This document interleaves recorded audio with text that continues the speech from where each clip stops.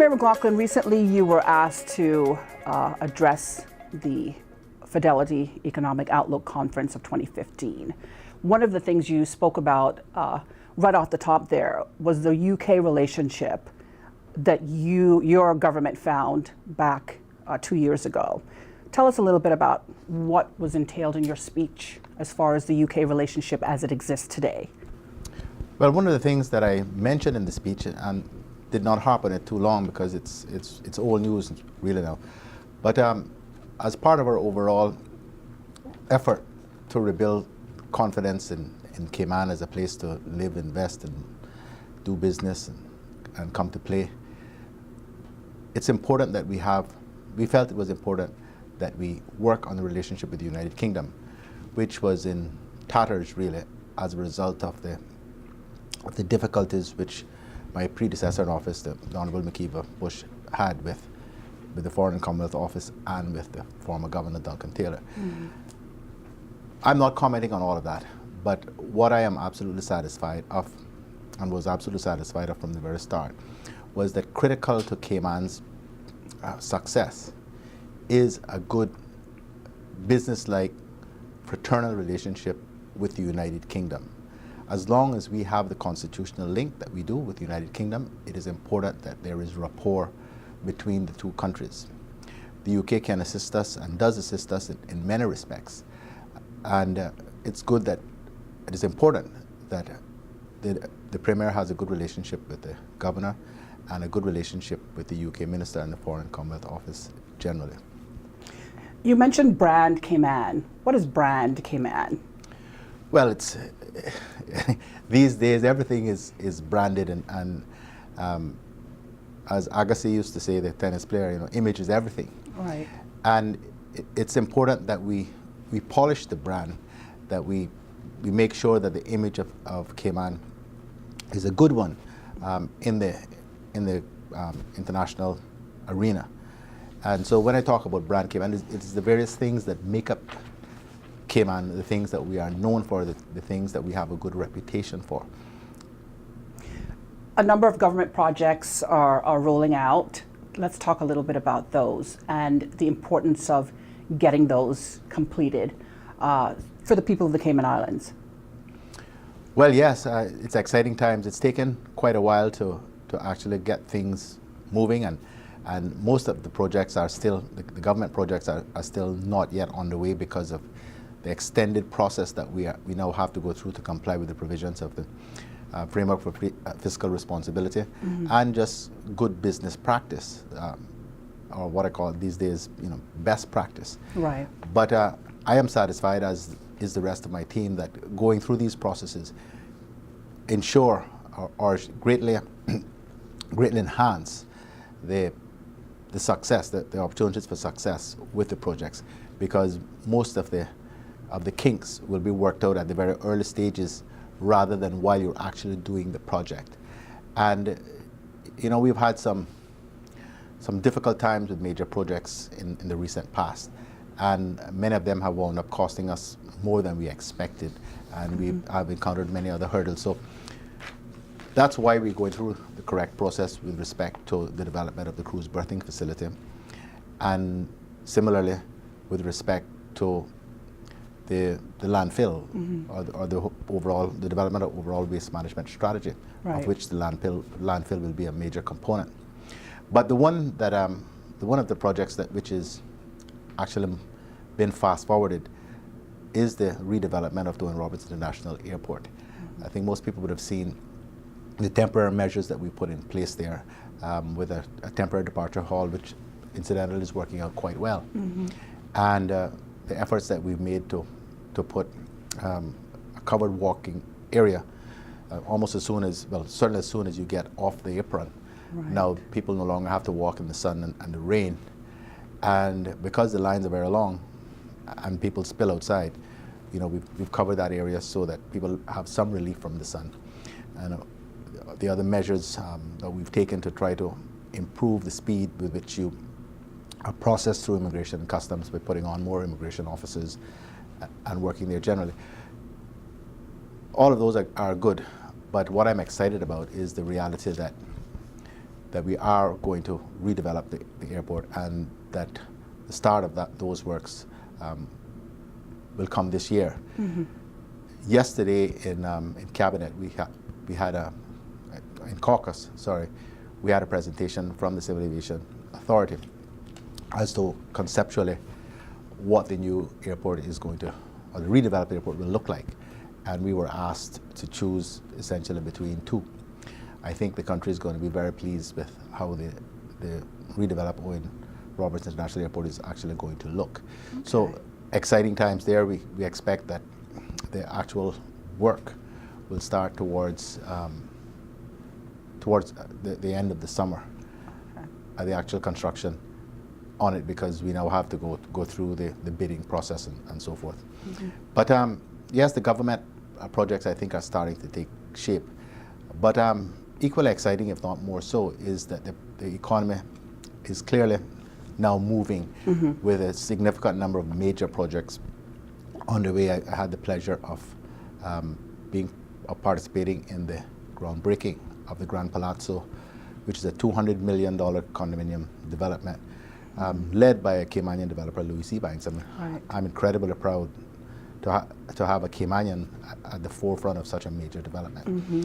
But it is a huge indication of confidence in Cayman and the way things are going. Mm-hmm. And of course, at the Cayman Economic Outlook Forum, when I delivered the State of the Nation address, I was able to announce that we have reached agreement with DART, right, with respect to the negotiations of the third amendment to the NRA agreement. And all of that has been incredibly controversial, and we have struggled for about 16 months really to get to where we are now, which all of us think is a very good place. Mm-hmm. That is all of us in government, but also the people in DART. And I always believe a really good deal is a deal where both sides come out of it feeling that they actually got something, because they're far more likely to honor the arrangement than if people come out at the end of an exercise feeling that they've been hard done by. So that is exciting. DART has committed to another $400 million in development over the course of the next 10 years. That is 400 over the $309 million they're spending on the Kimpton. So okay. Over this period, we're talking about more than a $700 million spend. That is incredible in terms of the economic and employment opportunities that provides for Caymanian businesses and Caymanian workers. So we're very excited about all of that. I think probably the key win for government with respect to that, aside from the obvious benefits of the development, was that we were able to negotiate out of the original agreement the 50% accommodation tax rebate, which the previous administration had agreed to with DART, not just with respect to the Kimpton Hotel, mm-hmm. but with respect to every hotel that the DART group acquired in any way or built over the course of 15 years. Mm-hmm. Our problem with that was it was bound to create significant market distortion. It is one thing to give concessions to assist in the development of a project. That is stamp duty, waiving stamp duty, import duties, and the like. Mm-hmm. But when you actually have concessions which affect the operational costs of a business which is part of a broader economy, mm-hmm. you create market distortion, right. Because you would wind up with a situation where the DART hotels' operational costs were significantly reduced because they were only paying 50% of accommodation room tax, mm-hmm. whereas all of the other hotels had to pay the full whack.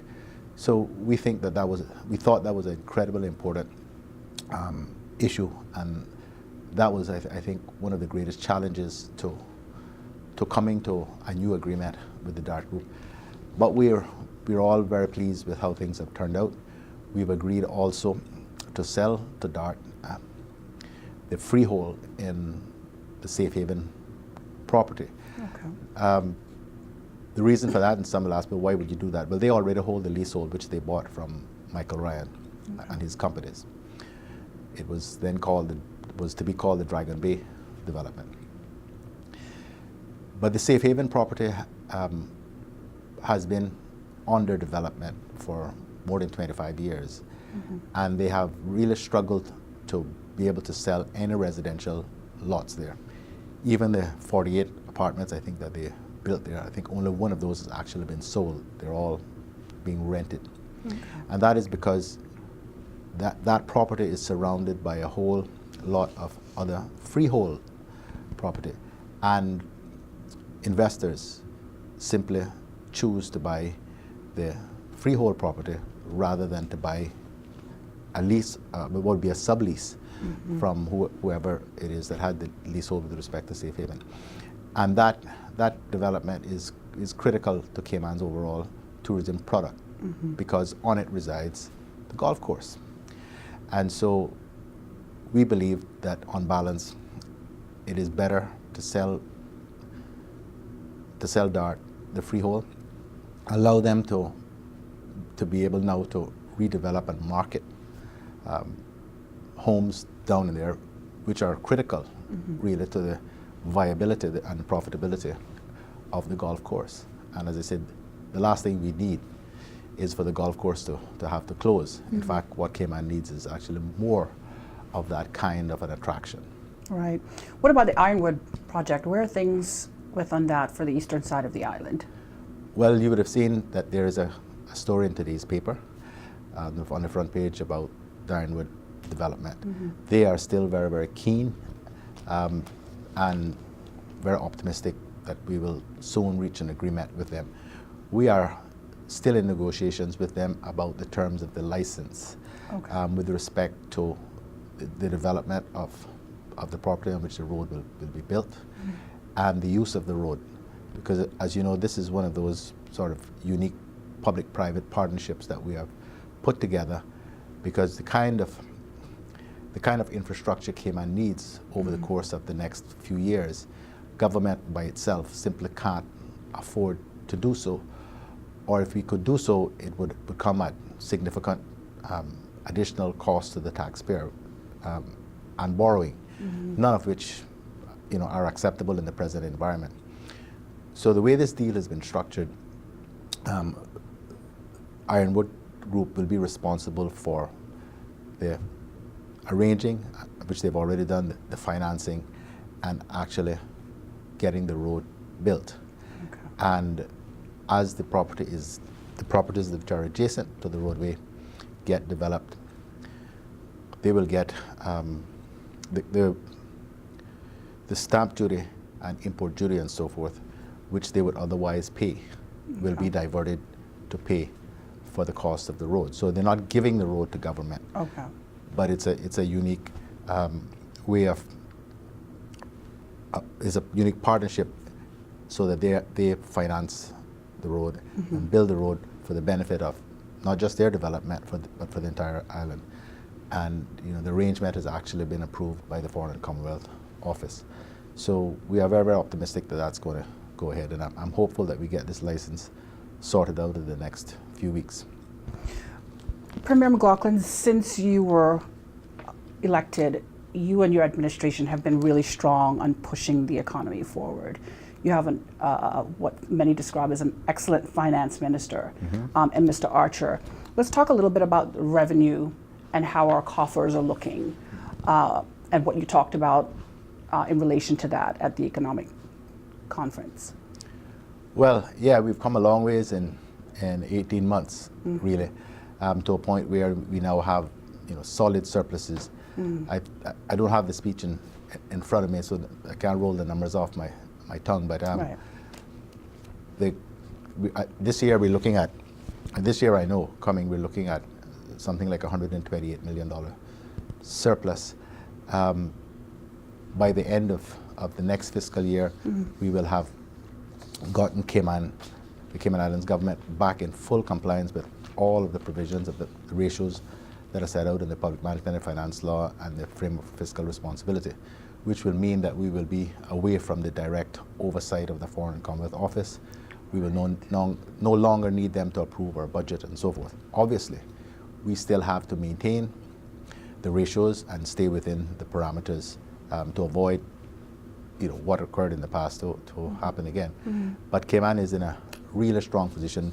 Government revenue is performing better than expected. We're keeping expenses under control. We're paying down debt significantly. We have no new borrowings. We don't even have an overdraft anymore. So, the picture is pretty rosy from the government finance perspective. And we've been able to agree to give civil servants, the 4% cost of living increase at the start of the next budget year. So I think overall, I am very, very pleased, very, very proud of our achievement. Particularly pleased at the performance of Minister Archer, but it is the entire government, including the public service, who have helped to, having understood what the government's objectives are, have worked to help us achieve this.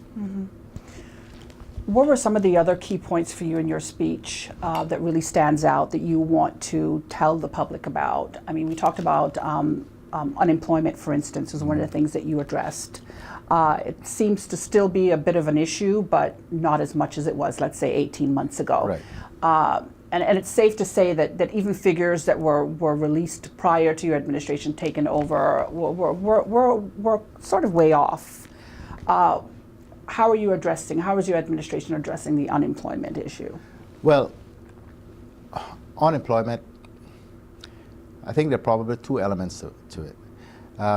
One is, and that's been our big push, to create an environment which is vibrant and in which jobs are being created so that they become available to local people. And I think that is by and large working. I've heard concerns expressed about the growth in the number of work permits. But Cayman is a unique economic model. It's not a case, and it's never been a case, even in the worst times that we've had, of there not being jobs available, because otherwise we wouldn't have people on work permit. But the question are what jobs are available and how many Caymanians are actually able to take those jobs or would take those jobs, because never mind how tough things are, there are a significant number of Caymanians who will simply tell you, I ain't doing that kind of work. And I'm not guessing about this because they sit down in my constituent's office and they tell me so. I ain't working in no supermarket. I ain't doing this. I ain't doing that, even though they have nothing to do. Wow. That's just the way it is. But so one of our big thrusts is to get the economy moving so that there is more jobs available, more casual jobs, more jobs in construction in particular. We've had a huge increase in the number of visitors, both cruise visitor and stayover visitor. Again, more job creation, although unfortunately in the hospitality industry is one of those areas where many Caymanians simply just won't go. So that's been one approach. But the other, an abiding concern that the government and I have are there's still a significant number of professional, managerial, sort of mid-management, administrative kind of people, Caymanians, who had those kind of jobs, who still are struggling to get employment. Some of the issues, quite frankly, are grounded in quite frankly, prejudice, if I may say that. There is still a certain attitude to, whether Cayman, particularly in the professional areas, whether Caymanians are being given sufficient opportunity to be hired and to advance and to progress in things like law in particular. I mean, that's one of the really troublesome areas that we have.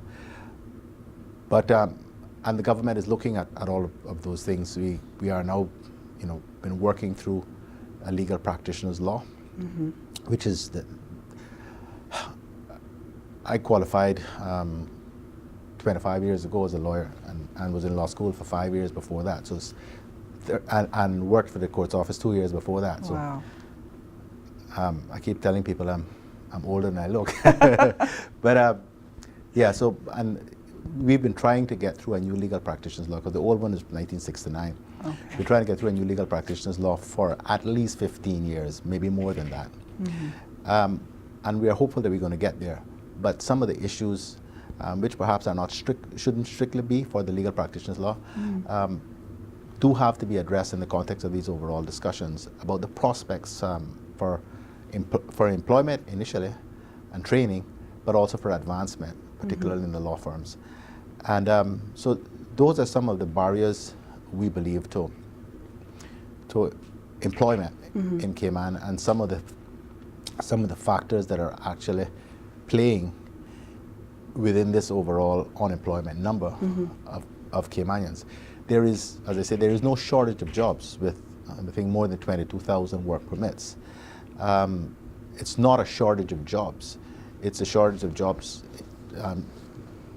which Caymanians are willing to be employed in and can be employed in or would be employed in, depending on how you look at it.